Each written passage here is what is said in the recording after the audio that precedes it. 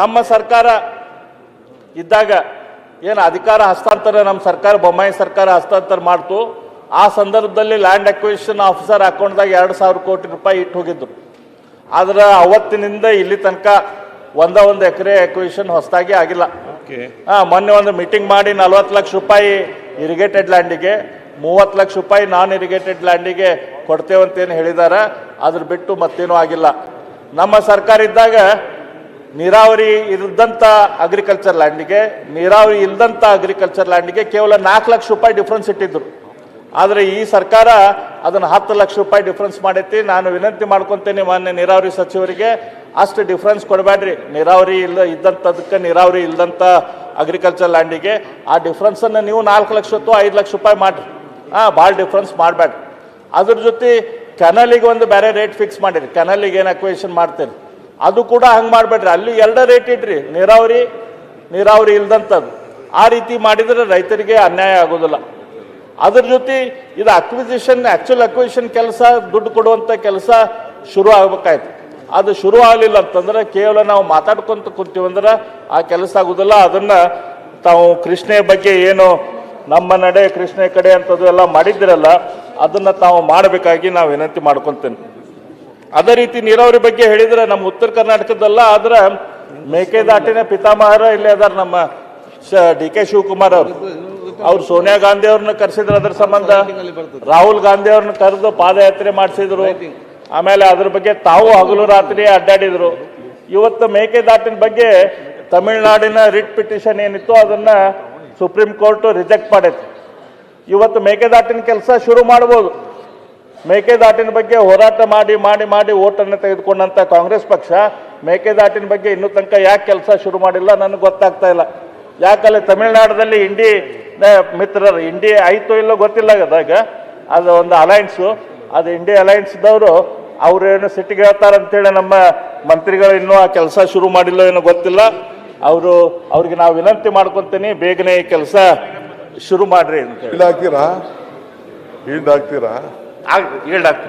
ನೀವು chief minister ಆಗಬೇಕು ಅಂತಿದ್ದವರು, opposition leader ಆಗಬೇಕು ಅಂತಿದ್ದವರು, ನೀವು ಇಷ್ಟು ಎಕ್ಸ್ಪೀರಿಯನ್ಸ್ ಇದೆ, ನಿಮ್ಮ ತಂದೆ ಜೊತೆ MLA ಇದ್ದೆ ನಾನು.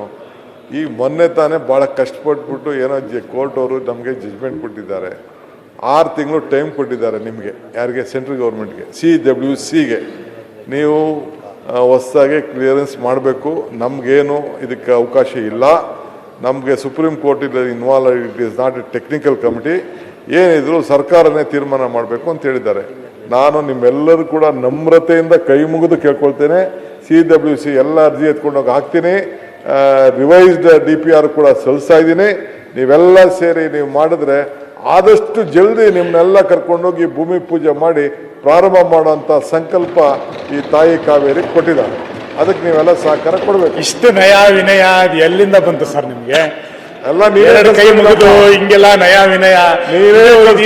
ಇದೇ DK ಶಿವಕುಮಾರ, ಹೊಸ ಶಿವಕುಮಾರ ಸರ್? ಮನೆ ಅಧ್ಯಕ್ಷರೇ, ಹೊಸ ರೂಪು DK ಉತ್ತರ ಕನ್ನಡದ ಚರ್ಚೆ ನಮ್ದೇ. ನಾವೇನ್ ಬದಲಾಯಿಸ್ತಿಲ್ಲ. DK ಶಿವಕುಮಾರ್ ಅಂದ್ರೆ ಅದಕ್ಕೊಂದು ಕಲ್ಪನೆ ಇದೆ. ನೀವು ಇಷ್ಟು ನಯ ವಿನಯ ಹೆಂಗೆ ಬಂದ್ಬಿಡುತ್ತೆ ಸರ್? ಅದು ಇದು ಸಡನ್ ಆಗಿ ಅಶ್ವಥ್ ನಿಮಗೆ ಗೊತ್ತಿದೆ, ಅಶ್ವತ್ಥದೊಂದು ಹಾಡಿದೆ, ಕಾಣದ ಕಡಲಿಗೆ ಅಂಬಲಿಸಿದೆ ಮನ ಸೇರಬಲ್ಲನೆ ಒಂದು ದಿನ ಅಂತ ಒಂದು ಒಳ್ಳೆ ಸುಂದರವಾದ ಹಾಡು. DK ಶಿವಕುಮಾರ್ ಅವರೀಗ ಕಾಣುವ ಕುರ್ಚಿಗೆ ಅಂಬಲಿಸಿದೆ ಮನ ಕೂರಬಲ್ಲನೆ ಒಂದು ದಿನ, ಕೂರಬಲ್ಲನೆ ಒಂದು ದಿನ ಅಂತ ಹೊರಟಿದ್ದಾರೆ. ಹಂಗಿರ್ಬೇಕಾದ್ರೆ ಈ ನಯ ವಿನಯ ಶುರಾಯ್ತು ಅಥವಾ ನಿಜವಾಗಿ ನೀರಾವರಿ ಬಗ್ಗೆ ಶುರಾಯ್ತು? ವಿರೋಧ ಪಕ್ಷದ ಬಗ್ಗೆ ಅವರಿಗೆ ನಯ ವಿನಯ ಶುರಾಯ್ತು? ಇಲ್ಲ ಸುನೀಲ್ ಸರ್, ನಿಮ್ಮ ಲೀಡರ್ಶಿಪ್ ಒಪ್ಕೊಂಡಿರೋ ಸರ್ ನಾವು. ನೀವ್ ಹೆಂಗೆ ಕೈ ಮುಗಿದು ಹಿಂಗೆ ನಯ ವಿನಯ ತೋರಿಸ್ಬಿಟ್ರೆ? ಇಲ್ಲ ಸುನೀಲ್ ಮಾತ್ರ ಜೀವನದಲ್ಲಿ ಇಮೇಜ್ ಮೇಕ್ ಓವರ್, ಮೇಕೆದಾಟಿ ಮಾತ್ರ ಇದು ಇಮೇಜ್ ಮೇಕ್ ಓವರ್. ಅದಕ್ಕೆ ಒಂದಷ್ಟು ಕನ್ಸಲ್ಟೆಂಟ್ಸು, ಗೈಡೆನ್ಸು ಎಲ್ಲ ಇರ್ತದೆ. ಆ ಒಂದು ಇದು ಹಾಕೊಂಡಿದ್ದೀರಲ್ಲ, ಅದು ಕೂಡ ಒಂದು ಭಾಗನ ಅದು ಒಂದು ಅಷ್ಟೇ. ನಮ್ಮ ಕೇಂದ್ರದ ನೀರಾವರಿ ಮಂತ್ರಿಗಳು ಏನಿದ್ದಾರೆ, water resource minister CR Patil, ಅವ್ರಿಗೆ ಬಹಳ ಆತ್ಮೀಯ ಸಂಬಂಧ DK ಶಿವಕುಮಾರ್ ಅವರು. ವಿನಂತಿ ಮಾಡ್ಕೊತೇನೆ, ಅದನ್ನ ನಮ್ಮ ಮೇಕೆದಾಟಿಗೆ ಕೂಡ ಸ್ವಲ್ಪ ಗಮನ ಕೊಡಿ. ಅದಕ್ಕಿಂತ ಜೊತೆ ಹೆಚ್ಚಾಗಿ ಆಯ್ತು, ಎಲ್ಲರಿಗೂ ಬೇಕು, ಕಾವೇರಿ ಬೇಕು, ಮಾದಾಯಿ ಬೇಕು, ಕೃಷ್ಣ ಬೇಕು. ಆದ್ರೆ ಅದಕ್ಕೆಲ್ಲ ಆಲ್ ಅವರ್ ಪ್ರಾಜೆಕ್ಟ್ ಇನ್ನೇನು ಇವೆಲ್ಲ ಟೆಂಪ್ರರಿ, ನಮ್ಮೆಲ್ಲರಿಗೂ ಬೇಕು. ಅಲ್ಟಿಮೇಟ್ಲಿ ನಾವೆಲ್ಲ ಫೈಟ್ ಮಾಡ್ತಾ ಇರೋದು ಯಾರಿಗೆ? ಜನರಿಗೋಸ್ಕರ. ಎಲ್ಲ ಸೇರಿ ಒಟ್ಟಿಗೆ ಮಾಡೋಣ.